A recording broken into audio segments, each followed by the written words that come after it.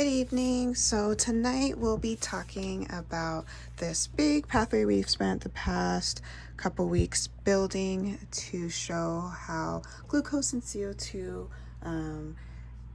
can lead to ATP production and nucleotide synthesis for DNA replication. So starting with glucose right there, it can be further, broken down through glycolysis to pyruvate, which then goes into the pyruvate dehydrogenase complex, which turns it into acetyl-CoA.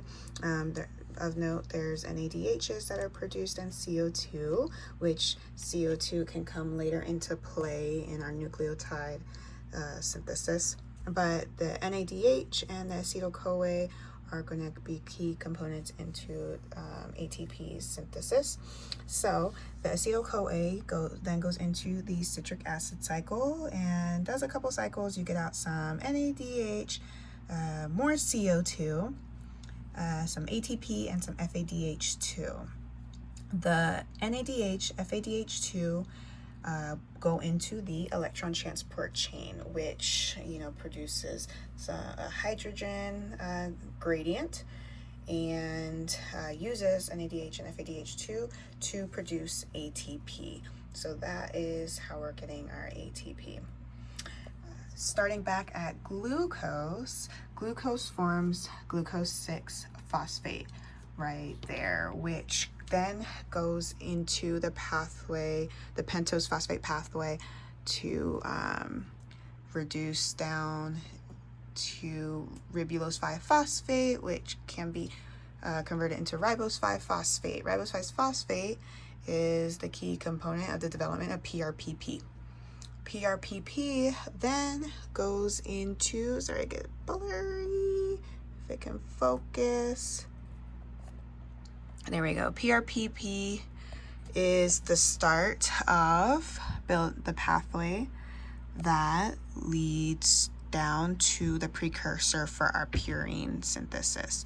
So PRPP leads to inosine, which goes through two separate pathways towards our adenine and guanine nucleotide synthesis. So we have our purines there.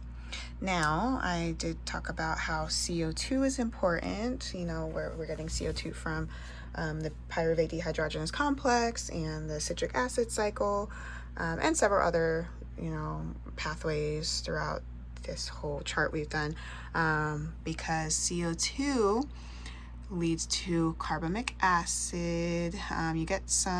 You use some ATP, but the pathway then leads to uridylate production or synthesis. Uridylate will start our pathway for the development of the synthesis of UTP, CTP, and TTP.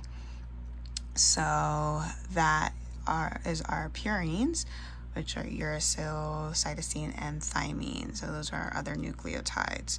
So glucose directly can lead to not only ATP synthesis, as we saw, going through glycolysis, pyruvate dehydrogenase complex, citric acid cycle, and electron transport chain, but like glucose also leads to nucleotide synthesis through glucose 6-phosphate, going through the PPP to develop PRPP, which is our primary component to develop our purines, and then the CO2 that's offset from everything else in the glucose cycles can go through to make our pyrimidines. Hope that makes sense.